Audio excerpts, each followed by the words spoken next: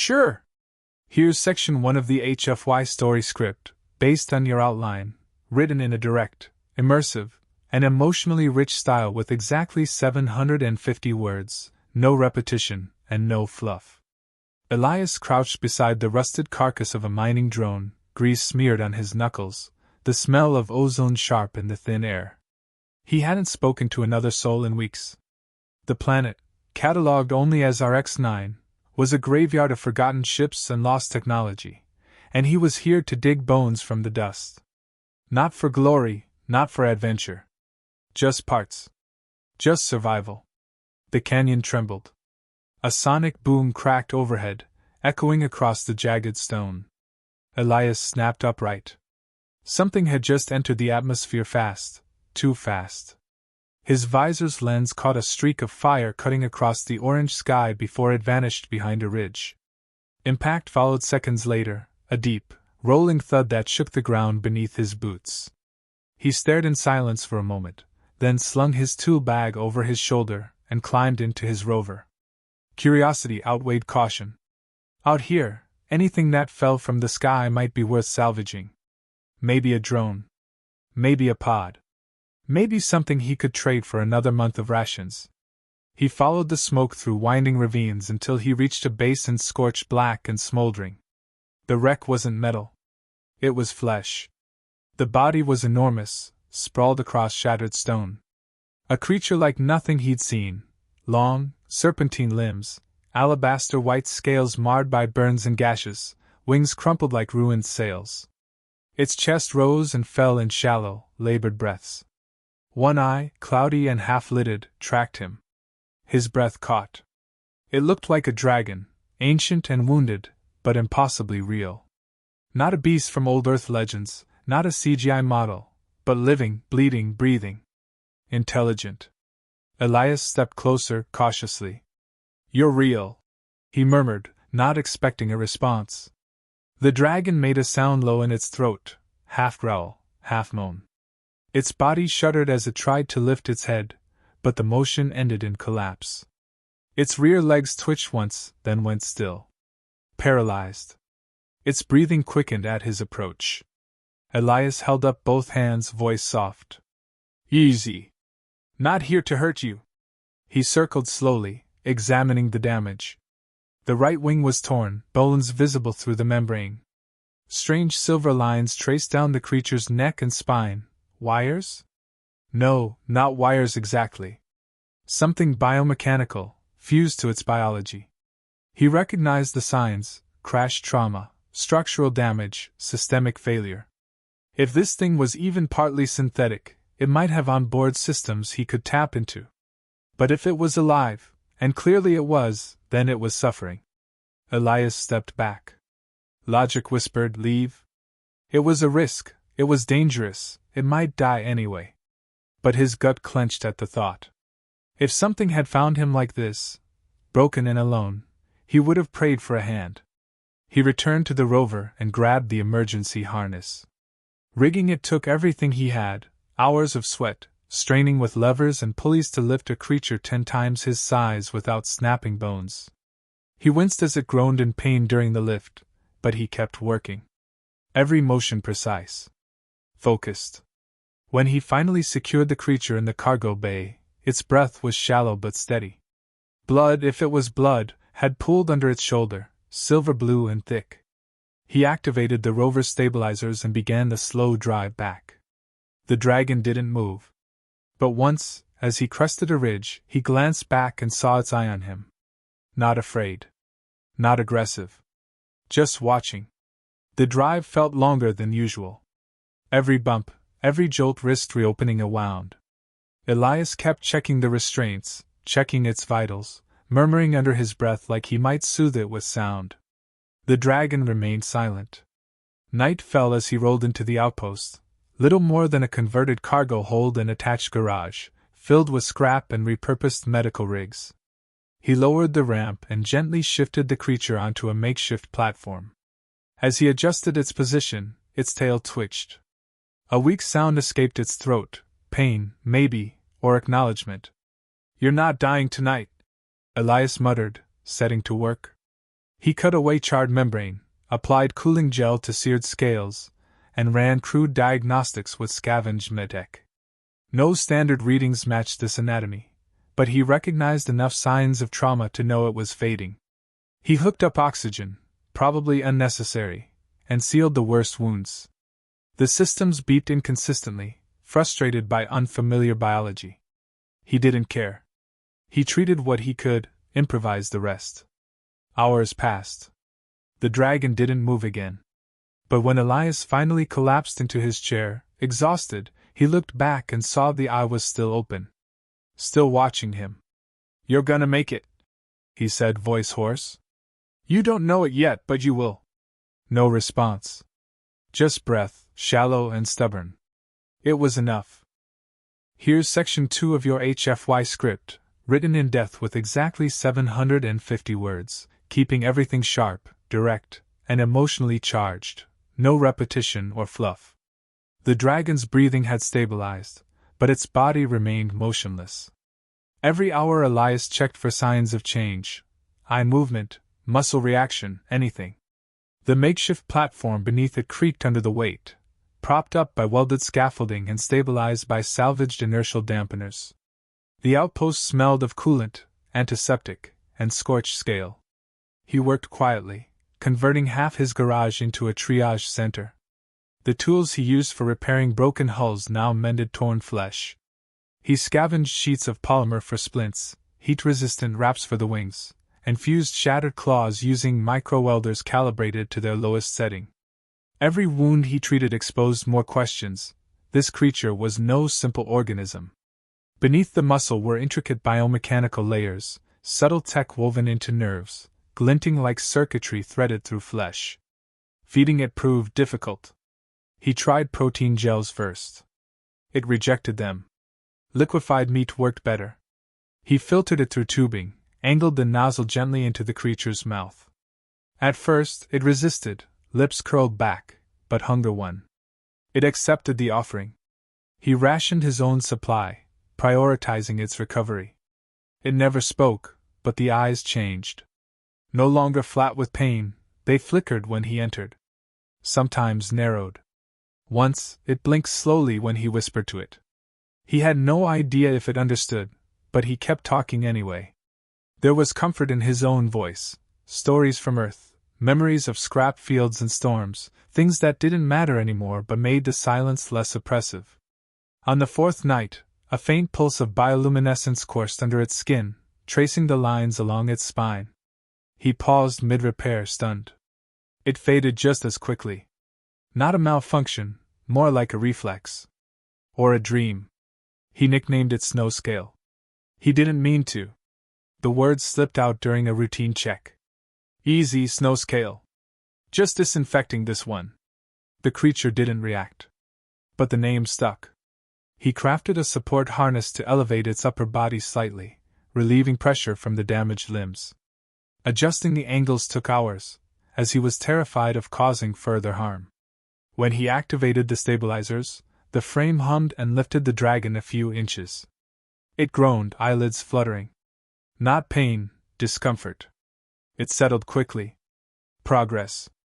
Elias installed motion sensors around the platform, tuned to detect even the slightest movement. The log remained flatlined for days. No twitch, no flutter. Still alive, but inert.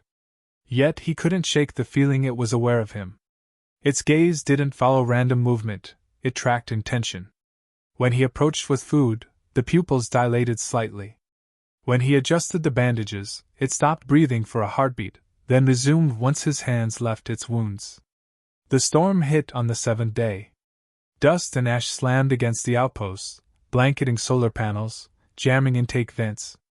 Elias sealed the windows, bolted the doors, powered down unnecessary systems. The outpost trembled under the wind. He sat beside Snow Scale, hands stained with grease, exhausted. He didn't speak that night. Just leaned back against the wall and closed his eyes. A sharp crash jolted him awake.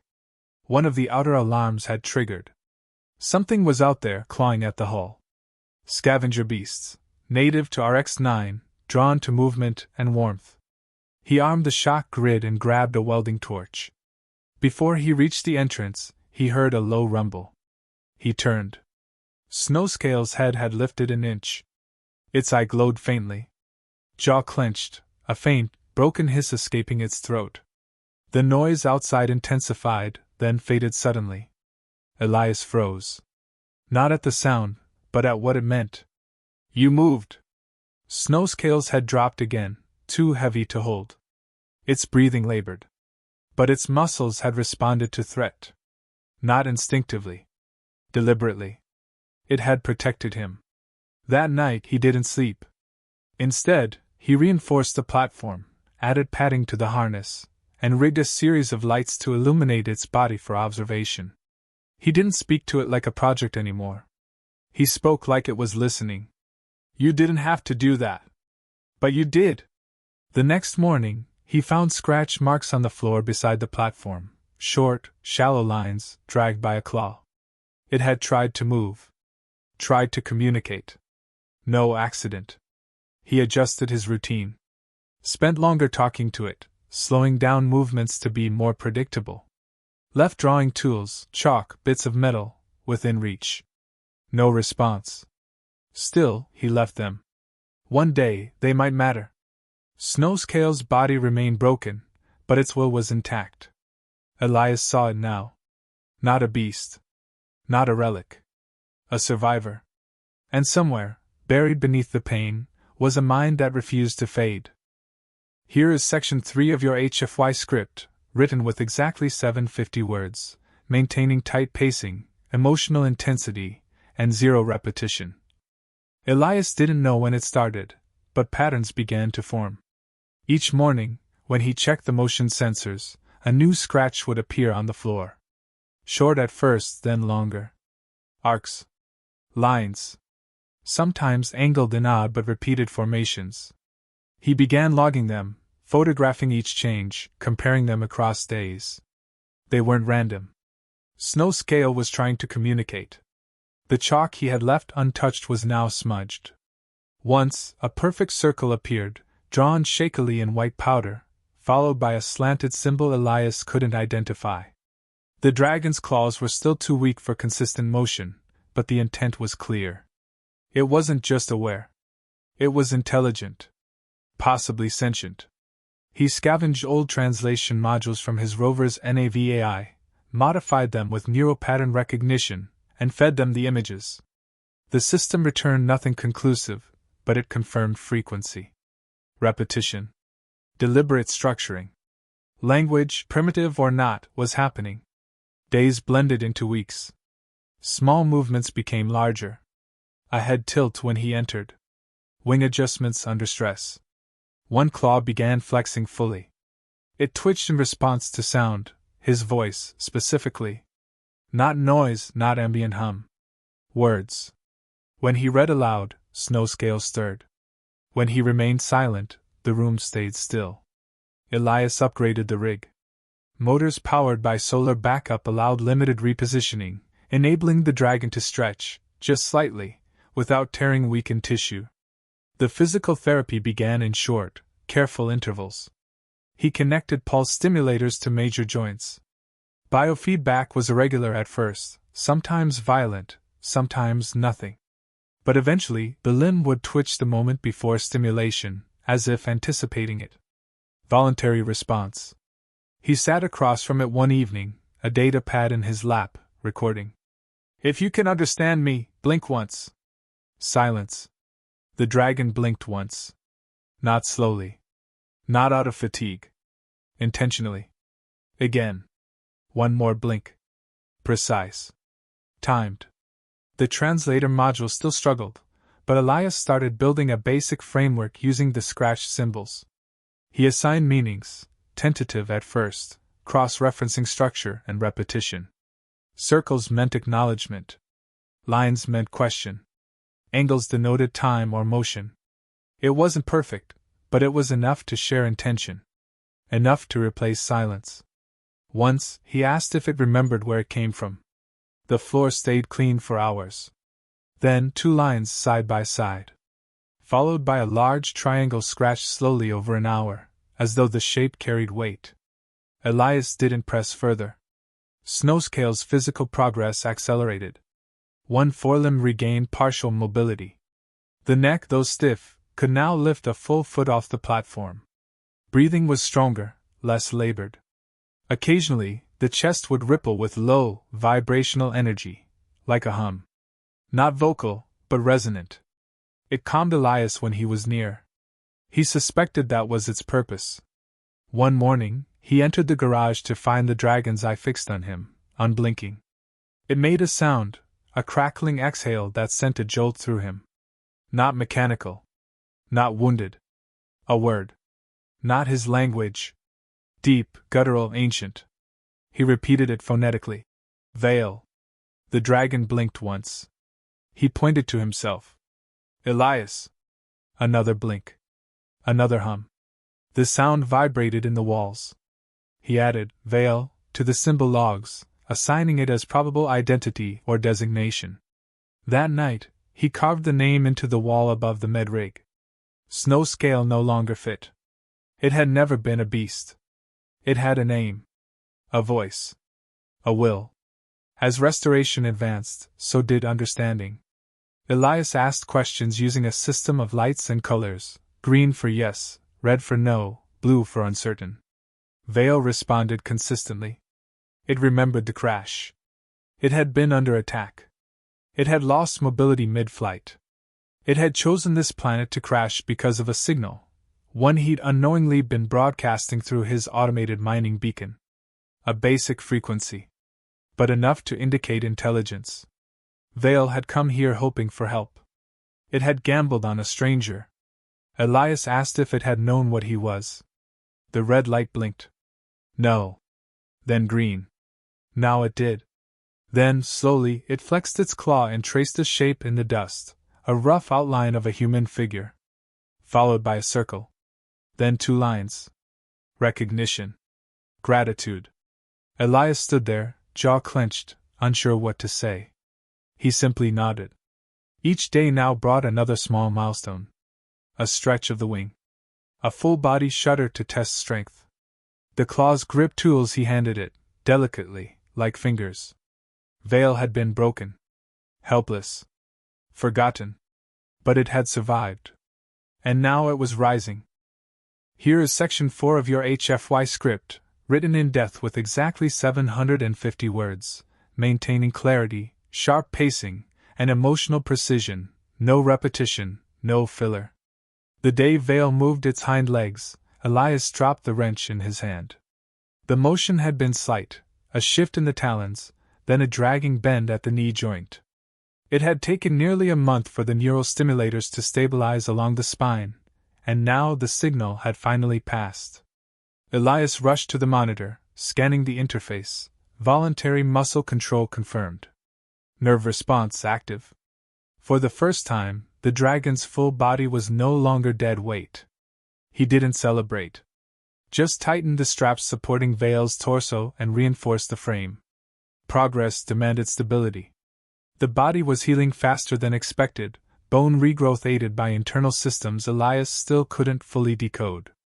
The tech within Veil's body wasn't just synthetic, it was adaptive. Rewriting cellular decay, rebuilding crushed vertebrae with self-directed programming. Human science couldn't replicate it, but Elias could read enough to work around it. Their communication had evolved. Veil no longer scratched basic shapes. It tapped claws and sequences Elias could translate with near-complete accuracy. Emotions were shared through tone-modulated vocal bursts and pulse-based humming. They didn't need a shared language to understand intent anymore. Meaning traveled through rhythm, energy, gaze. Precision without excess. Elias asked if it remembered who had attacked. The reply was delayed, then came with a growl unlike anything before. Veil didn't say a word, but it projected an image through sound, sharp, layered frequencies forming a mental shape in Elias's mind. Triangular vessels, dark silver, cloaked in shadow. No insignia. No lights. Not scavengers. Not natural predators. Something built for silence and erasure. It hadn't been a battle. It had been an execution. Elias fed this data into his records, marking coordinates. Whatever had brought Vale down had not done so randomly. It had followed, hunted, and tried to eliminate something it considered a threat. The implication was chilling. If Vale had been targeted, there was a reason. And if those ships returned, they might finish what they started. But Vale was no longer defenseless. Elias designed an exoskeletal brace using salvaged ship alas and reprogrammed servos. It wrapped around Vale's spine and limbs, amplifying motion with minimal strain. When activated, the brace responded to the slightest muscle twitch, allowing controlled movement even where bone had not fully fused. The first time it stood, wobbling, leaning heavily against the frame, Elias didn't speak. He just watched, hands clenched, every nerve tense. Vale held the position for 8 seconds before collapsing back onto the pad, exhausted but conscious. 8 seconds. They repeated the motion daily. Each time longer. Each time steadier.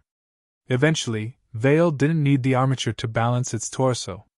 Wings remained too damaged for flight, but tail coordination returned. It could twist, pivot, even raise its head high enough to scan the roof. Its voice grew stronger, vocalizations less strained, layered with subtle harmonics that sent vibrations through the steel floor. A kind of resonance Elias began to feel in his chest before hearing it in his ears. One morning, Vale used 3 claws to tap a phrase. Elias decoded it in seconds. "You gave me time." He didn't answer. Just nodded once and returned to calibrating the joint supports. But later, he left his own reply scratched into the floor with chalk. "You used it." Trust grew in the quiet. Vale allowed Elias to adjust the brace joints near its chest, previously off-limits due to proximity to vital tech. It lowered its head willingly during scans. It initiated contact, claw bumps, brief pulses of energy that hummed against Elias's skin. Once, during a tremor, when a shelf collapsed near the garage, Vale shielded him with its tail without hesitation. This wasn't gratitude anymore.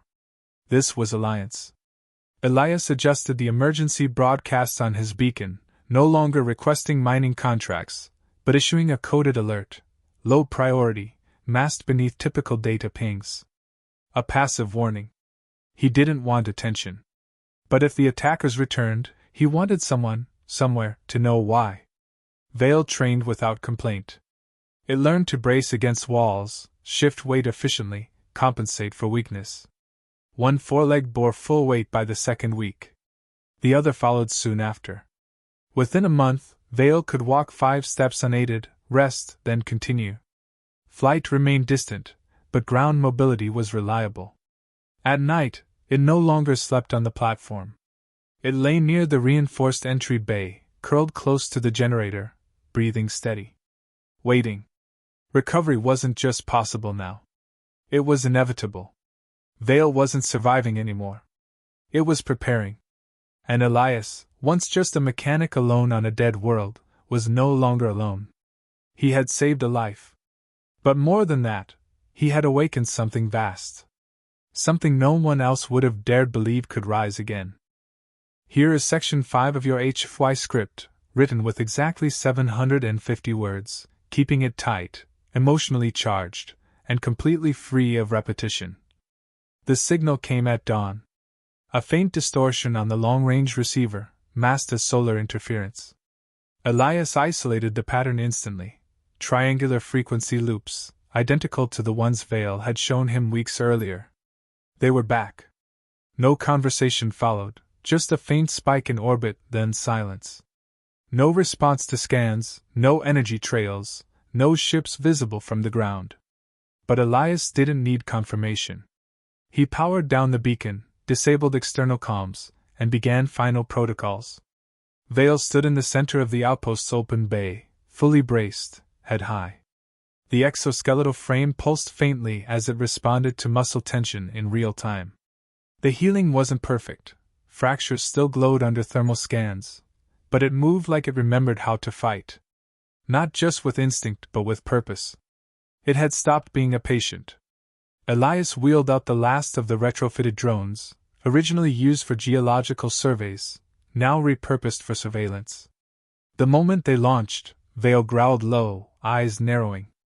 One of the drones captured a silhouette crossing the upper atmosphere, an invisible ship casting no shadow, emitting no heat, warping starlight as it coasted silently above.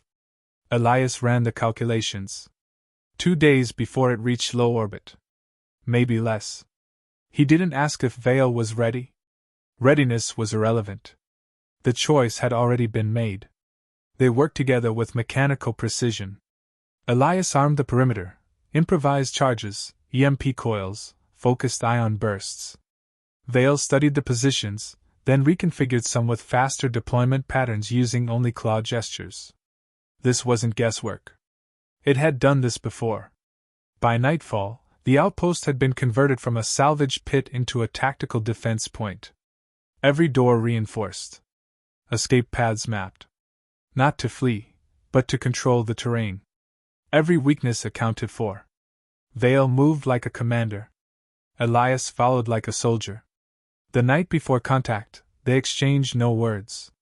Vale lay near the outpost wall, wings spread slightly, body vibrating in slow, deliberate intervals. It wasn't fear. It was calculation. Timing breaths with its own pulse, slowing the heart, conserving energy. Preparing to act without waste. When the ship finally broke atmosphere, it didn't roar. It didn't announce itself. It simply appeared, low, silent, dark as obsidian, hovering above the ridgeline like it had always been there. Elias counted 3. No visible weapons. No markings. No comms. Vale stepped outside without prompting. The ship's underside opened. Figures emerged, tall, silver-skinned, faces masked in static. They moved like liquid metal, completely silent. No weapons drawn. But they radiated intent. Elias stayed at the entrance, one hand on the detonator. Vale didn't look back. The lead figure stepped forward, raised one hand. Light pulsed from its palm, forming a hollow geometric shape in the air, an order. Surrender. Vale didn't move. The light repeated. Stillness. Then, with a sharp movement, Vale reared back, bared teeth, and roared, not a cry of fear, but a thunderous command that cracked the rock beneath its claws. The figures paused. A second passed. Then they attacked. Fast, precise, deadly. 3 beams fired. Elias triggered the charges. The sky lit up. EMP pulses scrambled 2 of the figures instantly. Vale leapt, brace augmenting speed midair. The third attacker met it halfway, energy blade drawn, but Vale's claws shattered the weapon on impact. Elias moved through the smoke, supporting from the flanks, redirecting beams with handheld mirrors, destabilizing sensors. Vale tore through the enemies with relentless force, each movement refined, efficient. No wasted motion. Not vengeance. Execution. One by one the intruders fell. But not before one final pulse erupted from the ship, a signal directed outward. Elias caught it too late. A beacon. A warning. More would come. Vale landed hard, chest heaving. Its brace cracked along the shoulder. Blood mixed with hydraulic fluid. But it remained upright. Alive. Victorious. The last enemy dissolved into ash. Elias stood beside it. Silence stretched between them. Above, the ship remained idle, systems failing. Vale turned to it, raised its head, and released a deep, vibrating sound, less a roar, more a command across frequencies. The ship responded with a flicker, then powered down completely. No one else descended. They spent the next 2 days clearing wreckage, resetting defenses, burning what was left of the attackers. Vale rested only when forced. Elias documented every detail, knowing someone, someday, would need to understand what happened here. When Elias finally asked what Vale would do next, the dragon tapped once on the concrete. Watch. There was no talk of leaving. No discussion of returning to some homeworld. It stayed. Not out of debt, but conviction. It had been hunted, broken, nearly erased. Now it stood guard. Not just over Elias. Over the world that gave it a second chance.